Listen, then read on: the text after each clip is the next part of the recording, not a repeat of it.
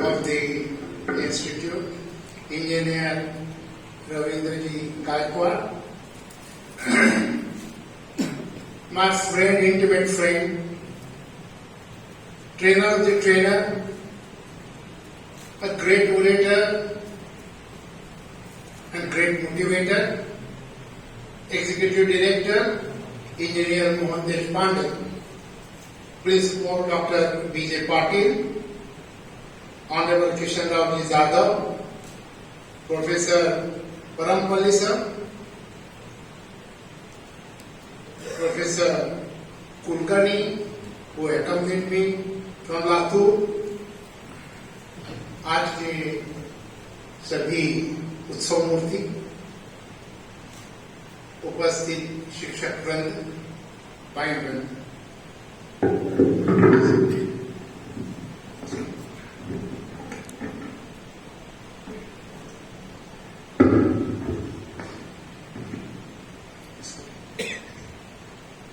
संस्कृत में एक सुभाषित है जो कहता है अमंत्रम अक्षरम नास्ति नास्ति मूलम वनौषधम अयोग पुरुषो नास्ति योजकस्तत्र दुर्लभ। इस संसार में ऐसा एक भी अक्षर नहीं जो कि मंत्र न हो, ऐसी एक भी वनस्पति नहीं जो कि औषधि न हो, ऐसा एक भी व्यक्ति नहीं जो कि योग्य न हो, किंतु इस अक्षर का उच्चार इस प्रकार करे तो ये मंत्र बन जाएगा। इस वनस्पति का उपयोग इस प्रकार करे कि औषधि बन जाएगी। इस व्यक्ति का मार्गदर्शन इस प्रकार करे कि ये मानव से महामानव बन जाएगा। ऐसे मार्गदर्शक इस संसार में बहुत कम है और हमारे सामने बैठे हुए सभी गुरुजन ऐसे ही मार्गदर्शक है, इसीलिए आज इनका सत्कार किया गया है। ये सत्कार क्यों करना चाहिए, क्या आवश्यकता है ऐसे सत्कार करने की? ये तो हमारे भारतीय संस्कृति का एक भाग्य है, एक भाग है, क्योंकि हम गुरु पूर्णिमा, ये आजकल brother's day, mother's day, sister's day, friendship day, everything, ये तो अभी आया है। गुरु पूर्णिमा का पर्व तो हम हजारों साल से मनाते आए हैं, गुरु की पूजा को हम हजारों सालों से करते आ रहे हैं। ये हमारी संस्कृति का भाग है, क्योंकि गुरु दिशा देता है।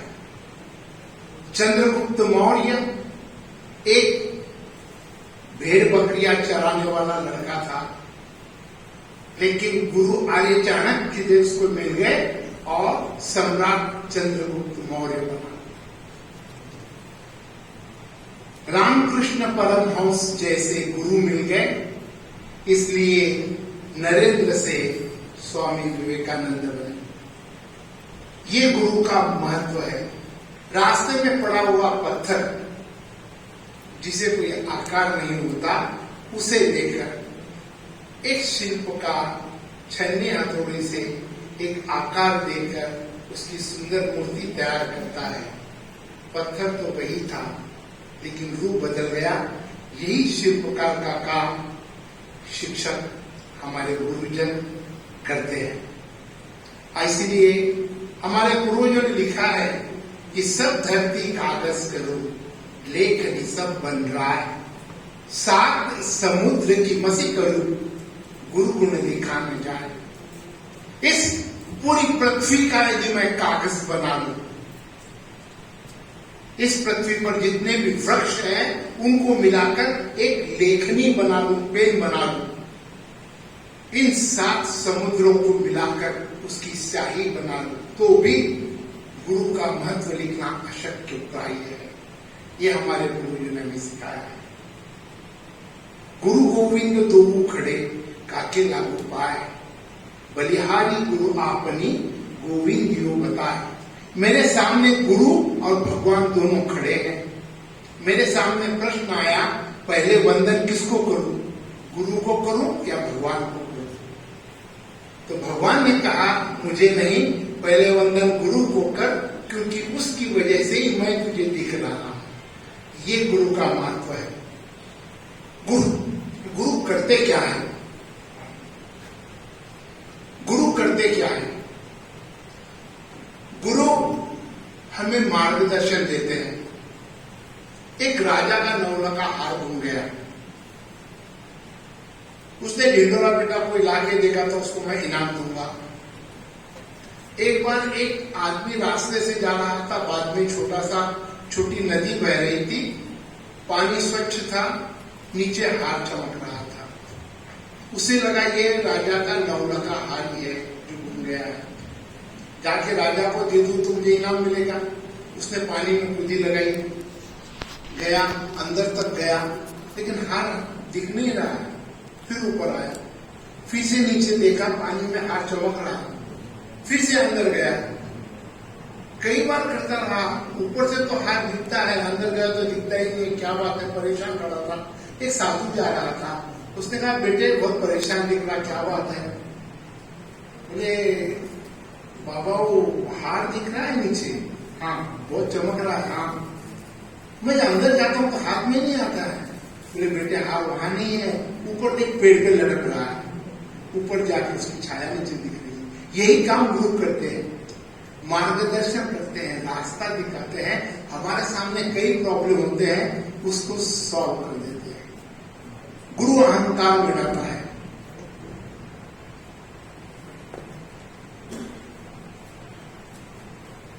हर व्यक्ति में एक अहंकार होता है, अहम भाव, ईगो। किसी को पैसे का, किसी को पद का, किसी को रूप का, अलग अलग अहंकार होते हैं। हमारे महाराष्ट्र के छत्रपति शिवाजी महाराज को भी एक बार मन में छोटा सा अहंकार आ गया। उन्हें लगने लगा कि मैंने हिंदुत्व की राज्य की स्थापना की, मैं छत्रपति हूं, इतना बड़ा राजा हूं। चुप मन में अहंकार छोटा सा जाग गया। उनके गुरु पास में खड़े थे और उन्होंने रामदास स्वामी जी ये समझ लिया कि शिवाजी के मन में छोटा अहंकार जाग गया है। उन्होंने एक पत्थर मंगाया, उससे कहा फोड़ो इसे। एक बड़ा पत्थर था, फोड़ा तो उसके अंदर से एक मेंढक बाहर निकला और पानी निकला। शिवाजी ने समझ गए कि मुझे गुरुदेव क्या बोल रहे हैं कि इस पत्थर के अंदर भी पानी है, मेंढक है, करने वाला तो वो है, तू क्यों अहंकार करता है? और उनका अहंकार मिट गया। गुरु अहंकार मिटाता है। गुरु शिष्यों की सुप्त शक्ति को जागरूक करता है। कैसे? छोटी सी बात से जागृत कर देता है। एक राजा के पास एक हाथी था जिस पर बैठकर वो युद्धों को जाता था, युद्ध जीत कर आता था। कई साल बीत गए, समय के साथ हाथी बूढ़ा हो गया, उसको ले जाकर एक जगह बांध दिया गया और उस हाथी को बांधने के बाद एक सेवक लगा दिया उसकी सेवा में। दोपहर का समय था, दोपहर की धूप थी, बहुत प्यास लगी, हाथी को चिल्ला रहा था, सेवक नहीं आया। उसने अपने पैर की जंजीर तोड़ दी और दौड़ता हुआ उस तालाब के पास गया जहां पर हमेशा वो पानी पीने जाता था, नहाने जाता था। गया उस तालाब में, पेट भर के पानी पिया, नहाया। जब बाहर आने लगा तो देखा कि उसका पैर दलदल में फंस गया। कोशिश कर रहा था कि बाहर निकलूं, लेकिन जैसे ही वो हिलता था दलदल में अंदर फंस रहा था। कोशिश करके जब थक गया, उसको पता लगा कि मैं अब जिंदा नहीं रहूंगा, उसने चिल्लाना शुरू किया। आजू बाजू में खेत में जो किसान थे राजा के पास गए, राजा को खबर दी, राजा आया, सेनापति आया, सैनिक आए, सभी देख रहे हैं कि सामने हाथी डूब रहा है। राजा की आंखों में पानी आ गया, अरे कोई मेरे इस प्रिय हाथी को बचा। कई व्यक्तियां की गई लेकिन कोई बचा नहीं सकता। अंत में सेनापति के दिमाग में युक्ति आई। उस जमाने में राजा जब युद्ध को जाते थे, युद्ध की सेनाएं आमने सामने खड़े रहती थी, उस समय वाद्य बजाए जाते थे, जोर जोर से शंखनाद किया जाता था ताकि सेना में उत्साह बने। और एकाएक उन्होंने नगाड़े मंगाए उस समय और युद्ध के नगाड़ों को बजाना एकाएक शुरू किया। हाथी को अपने पुराने दिन याद आ गए कि कैसे वो शत्रु सैन्य पे टूट कर गिरता था, अपने पैरों तले लौट के चला जाता था, युद्ध जीत के आता था। वह याद आते ही उसमें एक शक्ति का संचार करा और एक जोर से छलांग लगाई, दौड़ता हुआ बाहर आ गया। अब सवाल ये है, ये वही हाथी था जो डूब रहा था, ये शक्ति उसमें कहां से आई? ये शक्ति उसके अंदर की जो सुप्त शक्ति थी, इन वाद्यों के माध्यम से उसे जगाया गया और उसमें उत्साह आ गया। गुरु यही काम करता है, अपने विद्यार्थियों के मन में उसके अंदर जो छिपे गुण है उसको वो जागरूक करता है, उत्साह देकर, ज्ञान देकर और उनका कायापालन कर देता है। गुरु तो उस वर्षा के समान है जो सब एक साथ एक समान बरसती है। ये तो अपने जमीन पर है, जो उपजाऊ जमीन है वो अपने आप ऊपर उसके अंदर अच्छी तरह फसल आ जाती है, लेकिन बंजर जमीन में नहीं आती। उसी प्रकार विद्यार्थी तो गुरु तो ज्ञान सभी को सलीका देते हैं, ये विद्यार्थियों पे है ग्रास कैसा करे कैसा न करे।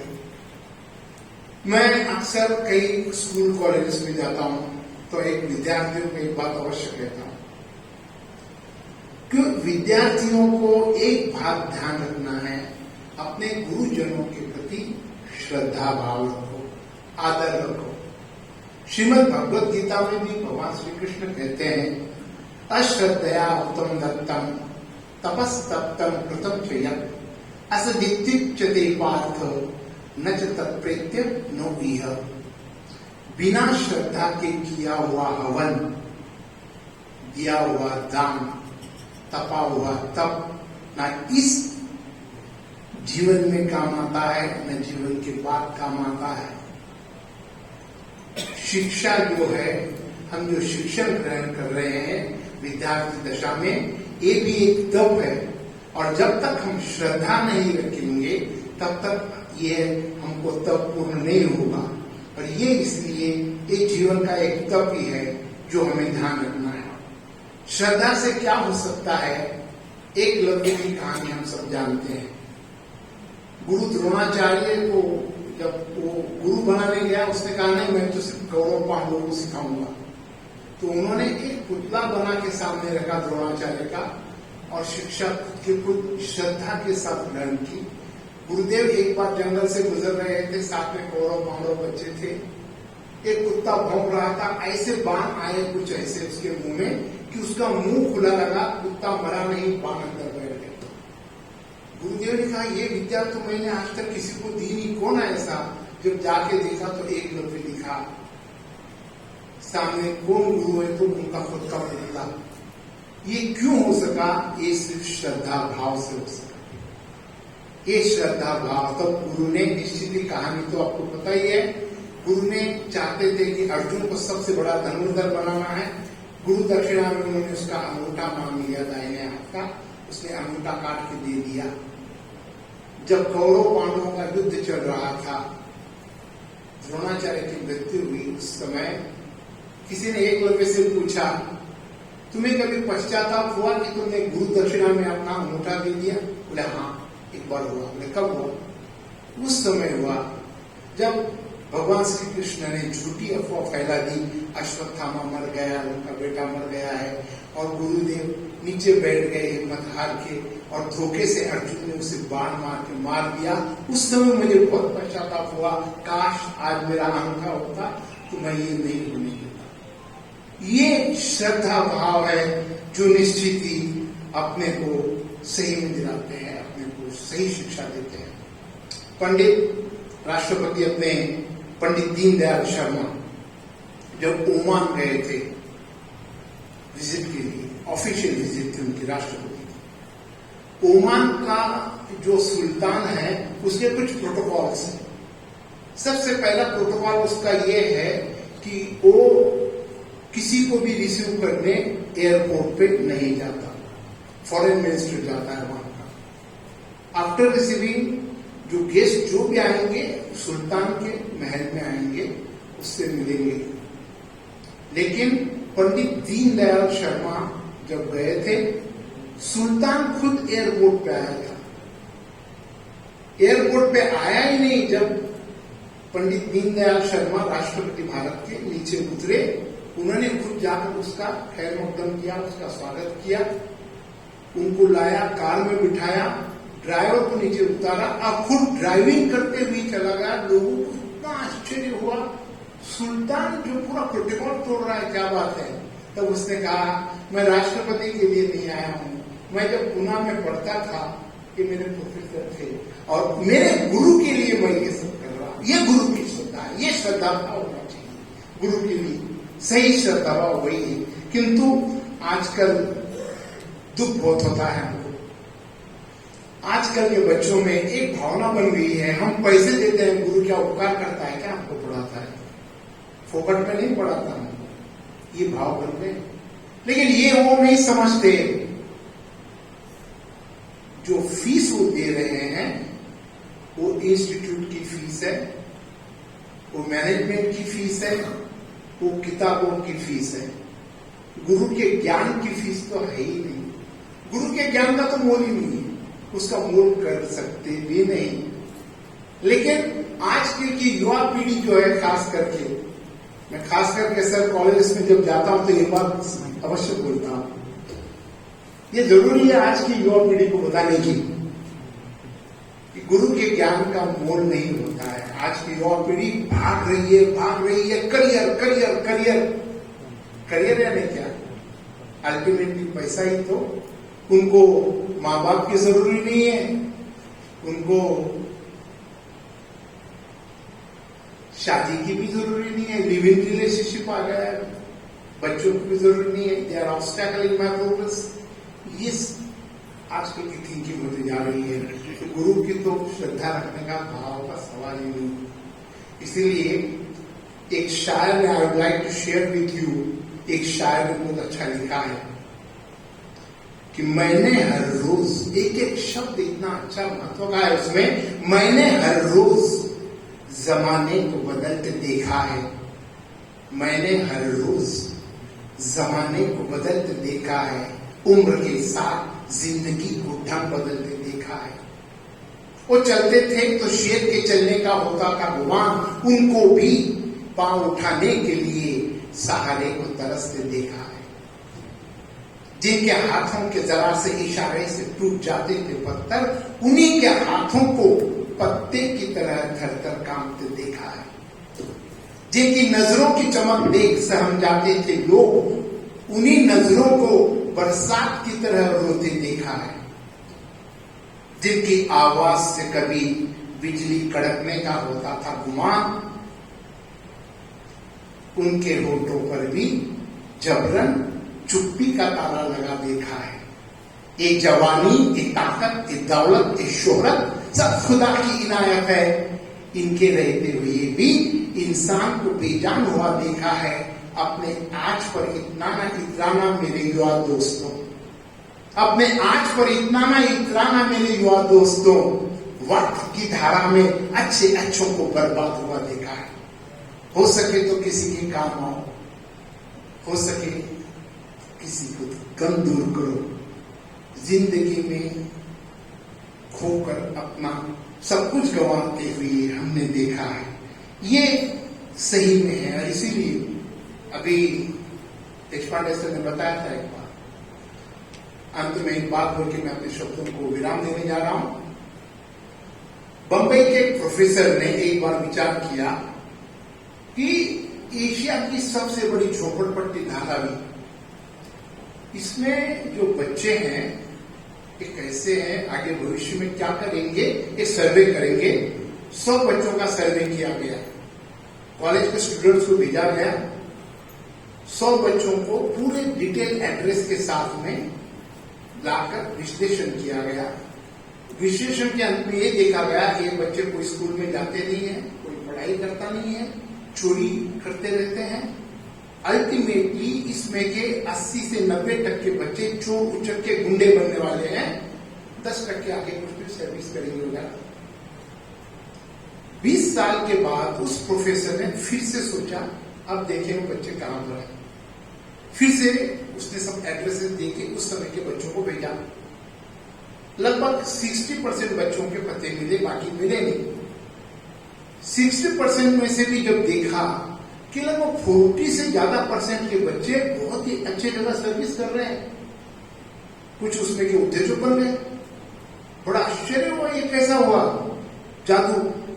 उन्होंने जाकर सब देखा, सर्वे किया, फिर पता चला एक टीचर वहां पर थी जो बच्चों को जबरदस्ती लाके स्कूल में बिठाती थी, और उस टीचर की वजह से इन बच्चों की जिंदगी बदल गई।